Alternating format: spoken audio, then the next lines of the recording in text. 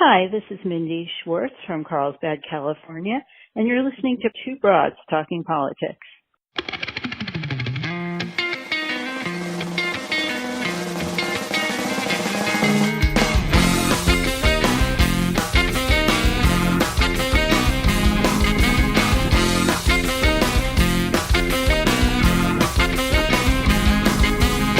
Are you listening?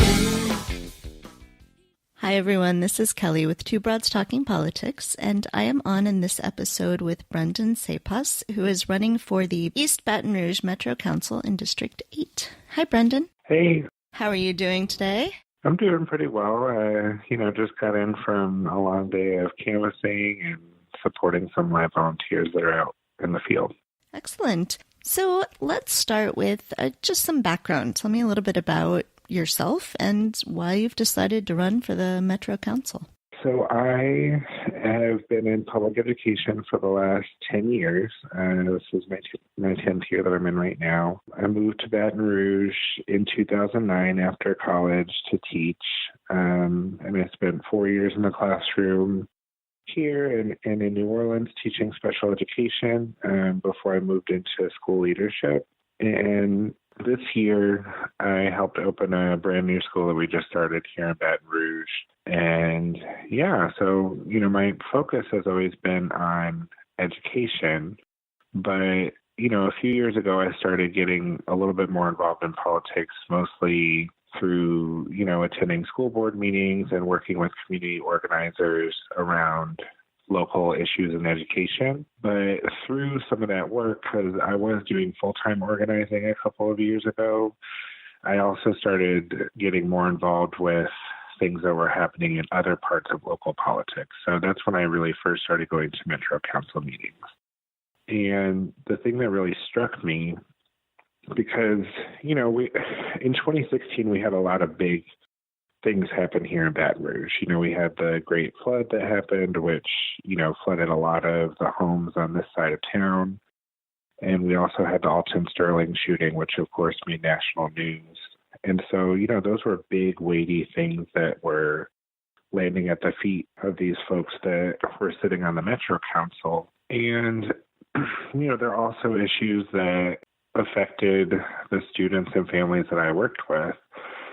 Because of course, life exists outside of school, which, you as a mom know. Mm-hmm. And, it really got me to start thinking about, how were the needs and the voices of these families that I serve represented on this elected body.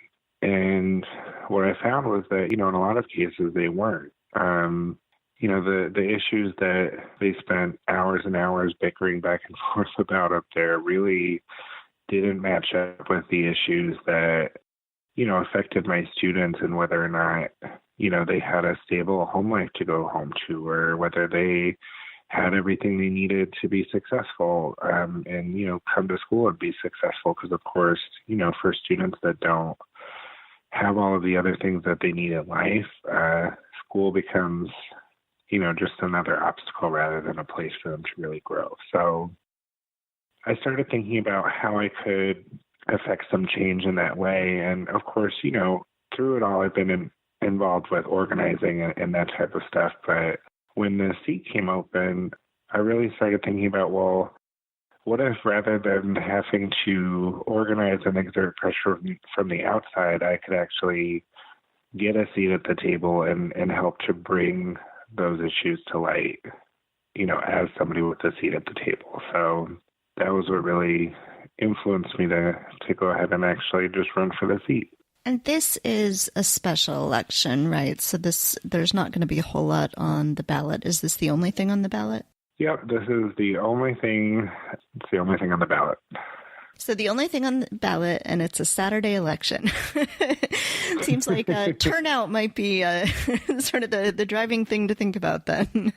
Yeah, and so that's why, we're really putting all of our efforts into contacting voters because, there's a lot of people that don't even know this is happening. So we're just doing our best to really get the word out to people that we think are going to be supporters and, just having as many conversations as we can. So what does the Metro Council look like? How many people sit on it?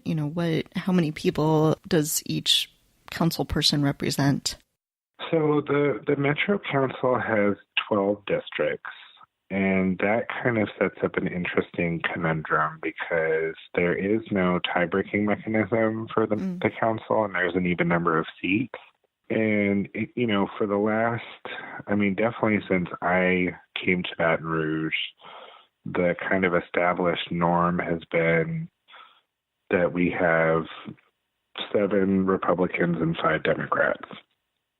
And the number of votes that are needed to pass any legislation is 7 votes. So, as you can imagine, it's been challenging to be able to get progressive legislation through without having to, significantly compromise and in a lot of cases water down what we're looking to accomplish.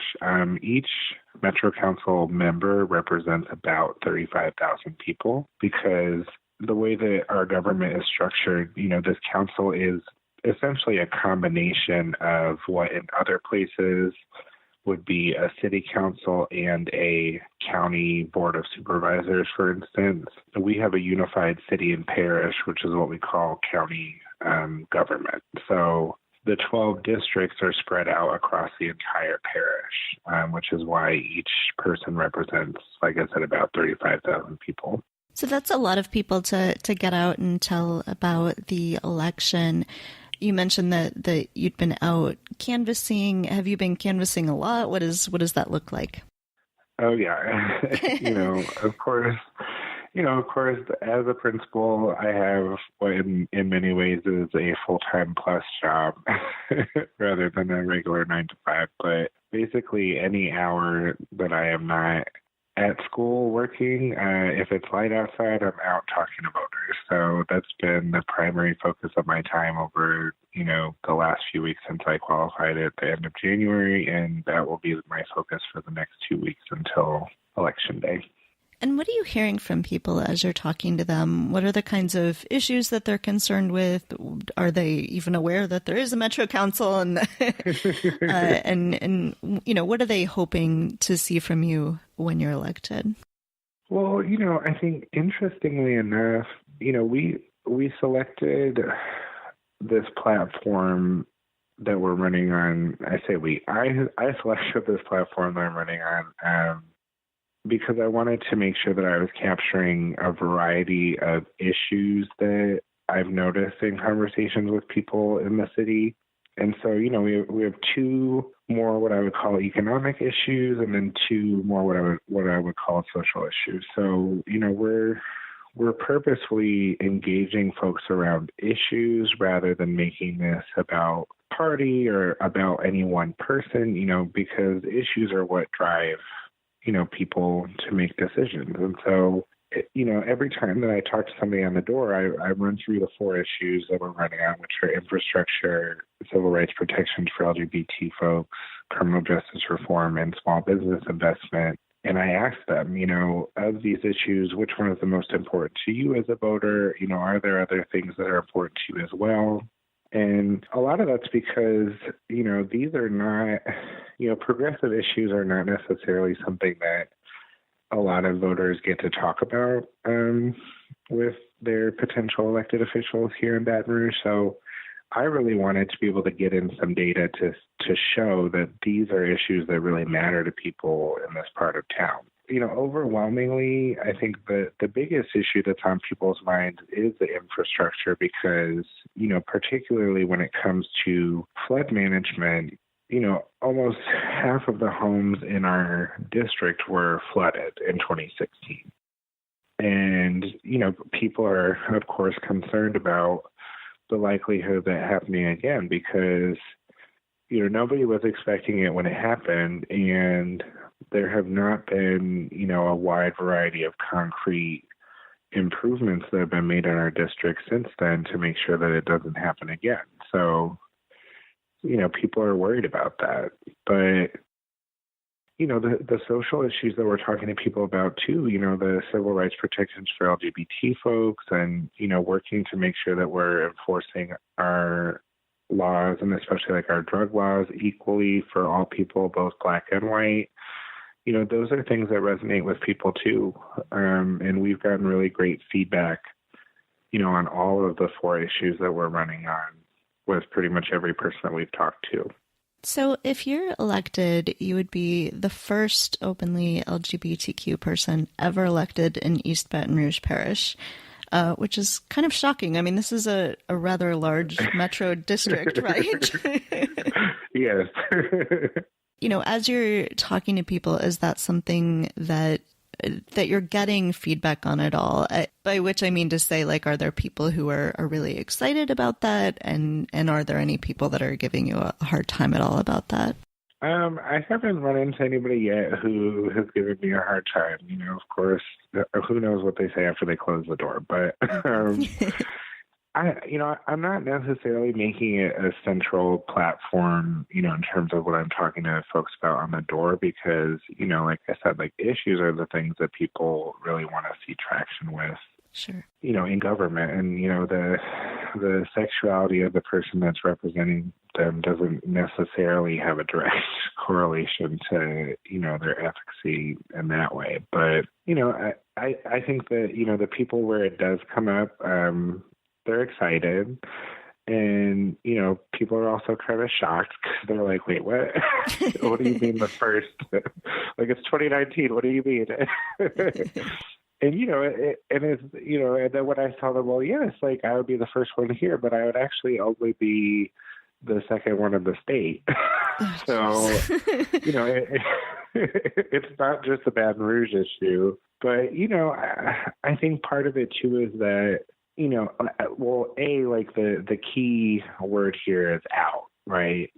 I definitely will not be the first one because there have been ones before me, but I'm as far as I know, I'm the first one here that is actually, walking around and telling people, oh, and by the way, like, I care about civil rights protections because I need them.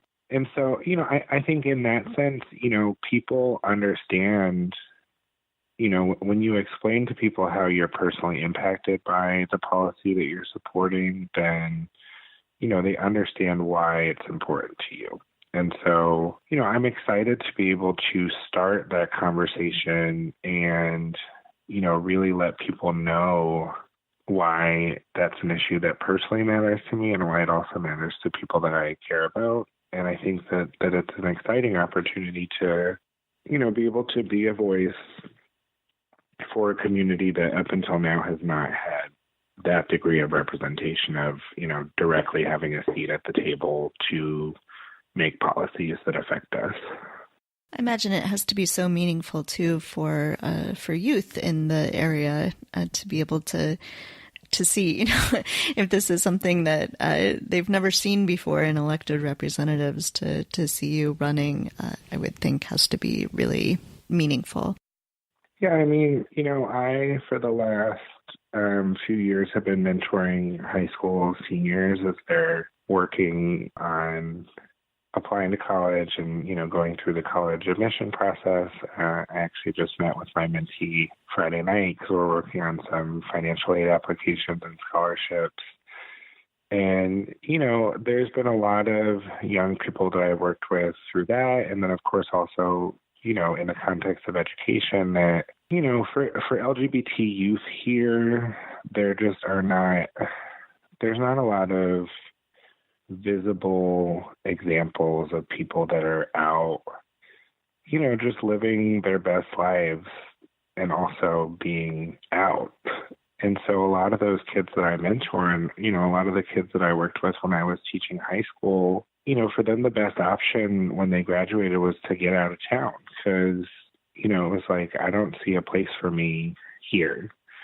And so, I'm excited to think about what this could mean in that context of like really showing people, hey, like there is a place for you here and you can participate in society just like everybody else. And so you don't have to think about leaving to go to New York or go to Atlanta or go to DC or go to, Houston or Dallas, because we also have a place for you right here in Baton Rouge. So I know a lot of our listeners write postcards to voters, and I suspect some of them wrote postcards for you as well. And I saw on Twitter you said that a lot of people that you've gone to the doors and knocked, that they've said that they've gotten these postcards. Yeah, it's been awesome. I actually just today when I was out with a couple of my canvassers, the young lady was like, "Oh, I got one of your postcards." I was like, "Oh, like, could I see it?" Because they love it when I post them on Twitter. Yeah. And the one she pulled out, I was like, I know exactly who made that because I remember when she posted it. So I posted it today and I tagged her in it. And people just get excited when they see that the work that they're doing really does have an impact. And it's been a topic of conversation here for sure. Just because it's new and different and nobody's done it in any kind of local election here before. So it's exciting. Yeah, that's really neat. Is there anything else that you want to make sure that we talk about? I think the only other piece to this election I think is exciting is, we're working to win a seat that, for some time now has been held by a Republican. And so, like I said, we've had a 7-5 majority on the Metro Council for a while. And so, it's exciting to me to think about the idea of being able to, have a level Metro Council where, compromise really becomes more of a feature. And so, that's one of the things that's really exciting to me about this race. Like when I think about the possibilities of what we can do for Baton Rouge when we have a government that really is working to hear both sides of the aisle and, work to represent the needs of all members of our community, that's when I think we're really going to see our city at its best. So that's just something that I'm excited to be able to potentially be a part of. If our listeners would like to help out your campaign in these final 12 days or so, how can they do that? The biggest thing that we need right now is boots on the ground. So unfortunately, of course, I'm sure a lot of them are not right here in Baton Rouge. But, in order to do that, we also do require some funds. So if people are interested in making a donation on my website, that would be awesome because, every dollar that we get goes directly to voter contact, whether that's canvassing, phone banking, texting, we have a whole range of things that we're going to be doing to get in front of people. So that would be awesome. And of course, if people have some experience doing phone banking and they would be interested in volunteering, they could definitely reach out to me as well. And I can see if I can get them set up with an account so that they can do that from their computer. Excellent. We'll put links up on our website to your website and your social media as well. So, Brendan, thank you so much. I know you're super busy right now, so thank you for taking the time out to talk to me today. I am really excited by your campaign, and I know a lot of our listeners will be as well. And so we really appreciate you running and taking the time to talk. No, I was happy to. This was a nice break after canvassing before I go do my doctoral homework because I'm also doing that. Holly candidates. All right. Well, then I will let you get back to that. All right. Well, I sure do appreciate your time and thanks so much for featuring me on the show. Absolutely. Thanks for listening to Two Broads Talking Politics. Our theme song is called Are You Listening? Off of the album Elephant-Shaped Trees by the band Immunuri, and we're using it with permission of the band. Our logo and other original artwork is by Matthew Wethlin and was created for use by this podcast.